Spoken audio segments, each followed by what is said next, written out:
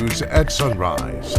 Good morning. Thanks for getting up with us on this Sunday morning. I'm Deidre Johnson. This morning on Sunrise, changes at the farmers market at Portland State. It comes days after the school library was overtaken by protesters. Plus, a historic shift how federal plans to reclassify marijuana could make it easier for local stores to do business. But first, let's check in with Daisy Caballero for a quick look at the forecast. Hey, Daisy. Hey, Deidre. Happy Sunday, everyone. Taking you straight out to our satellite radar because it is another wet morning. It has been a wet 48 hours for many of us. Already this month, we have seen a little over 1.5 inches of rain. And as you can see here, we're starting to see some rain in the Battleground, Hillsborough, Portland, Troutdale, and Sandy area. So far this morning, we've seen a little bit less than 1/10 of an inch of rain. But the rain will continue for at least a few more hours. Currently 48 degrees in the beautiful, cloudy and rainy, wet Rose City. The rest of your current temperatures this morning, 47 degrees out in Scappoose and 46 out in Hillsborough. Also seeing those mid-40s for Forest Grove and King City. Westland too. As you can see, many of us are in the 40s with 50s. Parts of the coastline are seeing this morning, 51 specifically in Astoria. Now, forecasted temperatures for today, not going to be warming up too much. Like I said, another wet and rainy day for at least the better part of the day. We'll start to dry out into the evening hours as well. But daytime highs are going to be in the mid-50s for the most part. But we have a winter weather advisory and a wind advisory to talk to you about. We'll give you those details coming up. All right. Thanks so much, Daisy. New this morning, Portland detectives are on the scene of a fatal shooting in Northeast Portland. This is the scene along Northeast Weidler Street, just blocks from the Moda Center. Police responded to shots fired after 4 a.m. and found a man dead at the scene. They don't have any suspects right now. We'll keep you updated on the situation as we get more information. Last night, people gathered to support a longtime Vancouver educator. They're raising funds to help with his recovery after he ended up in the ICU with brain damage. Art Edwards takes us to the fundraiser for Scott Monroe. A packed house at the Orchard Hills Golf and Country Club in Washougal. People from the community gathered to show support for Clark County resident Scott Monroe. We just want to remind Scott that we haven't forgotten and we're here to support and do whatever we can for both him, Katrina, and their daughter. Monroe is the director of elementary education for the Evergreen School District. He went in for shoulder surgery in the Vancouver area in September. He ended up in the ICU for a month with brain damage. Oxygen levels dropped for 4 minutes unchecked. Good job, Scott. Monroe is relearning basic things in a rehabilitation center in Omaha, Nebraska. We talked with him in April about his recovery. Well, it's going pretty well considering where I started after the injury, which, I was barely conscious for about 2 months. Insurance has stopped paying for the level of care he needs, so the community is stepping up. My whole family is so grateful just for all of the support that we've gotten from everyone in our community. The event included both a silent and live auction. While he couldn't be here, he did FaceTime his daughter, and she let him see the gathering in his support. People here say they will do anything they can to help a man they love and respect. In addition to the fundraiser, a GoFundMe has been set up to help Scott and his family, all needed to pay for the care that is critical to his recovery. My family is very grateful for all of this, and this event has changed our lives. It's been very unexpected, and no one can prepare for something like this to happen, but our community has just been incredible with supporting us. Art Edwards, KGW News.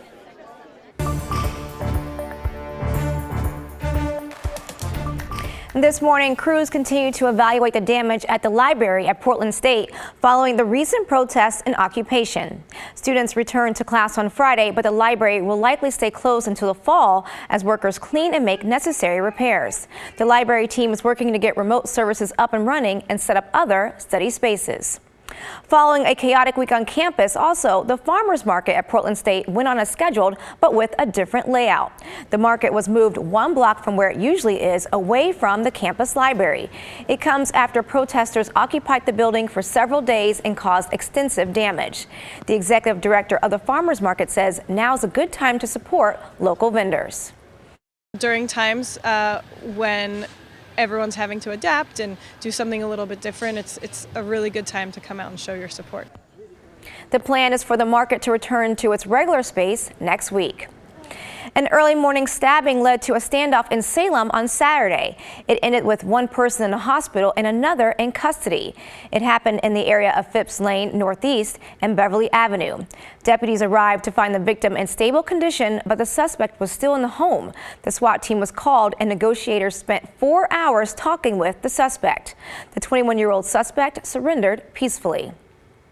Marijuana has been legal in Oregon and Washington for several years, but now a major change could reclassify the drug nationwide. Catherine Cook has the details and a look at the potential impact. The U.S. Drug Enforcement Administration is planning to reclassify marijuana as a less dangerous drug. This, according to the Associated Press, which confirmed the news with several federal officials Tuesday.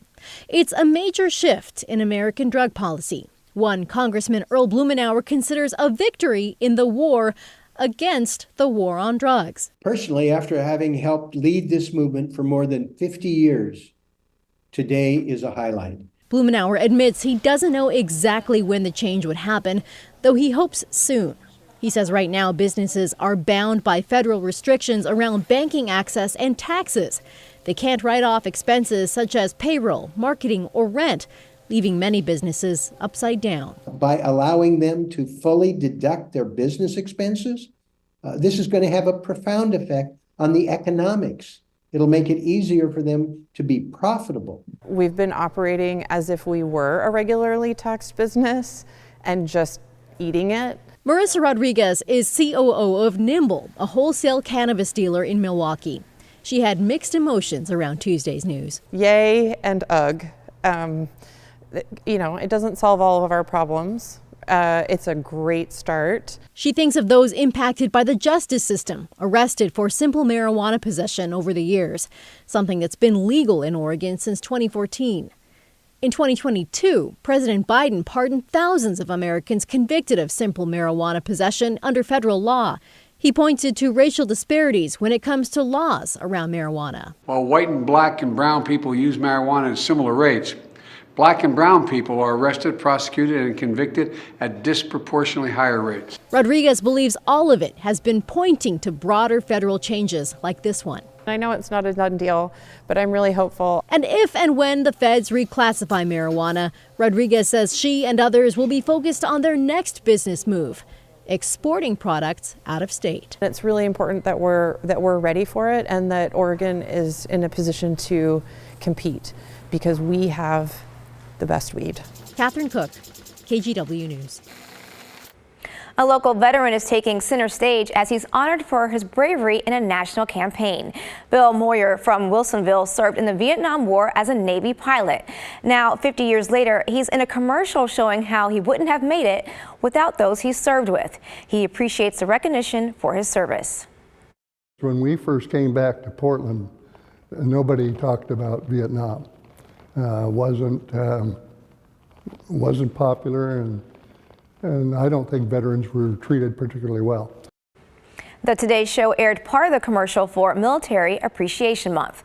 Moyer says it was an honor to film the commercial with his fellow pilots. Still to come on Sunrise, is the coating on detergent pods really eco-friendly? Our Environment Northwest team finds out. And did you know you can watch Sunrise anytime you want on KGW+. All of our news is on Roku and Amazon Fire. Just look for KGW and add us to your home screen and stream Sunrise on your schedule.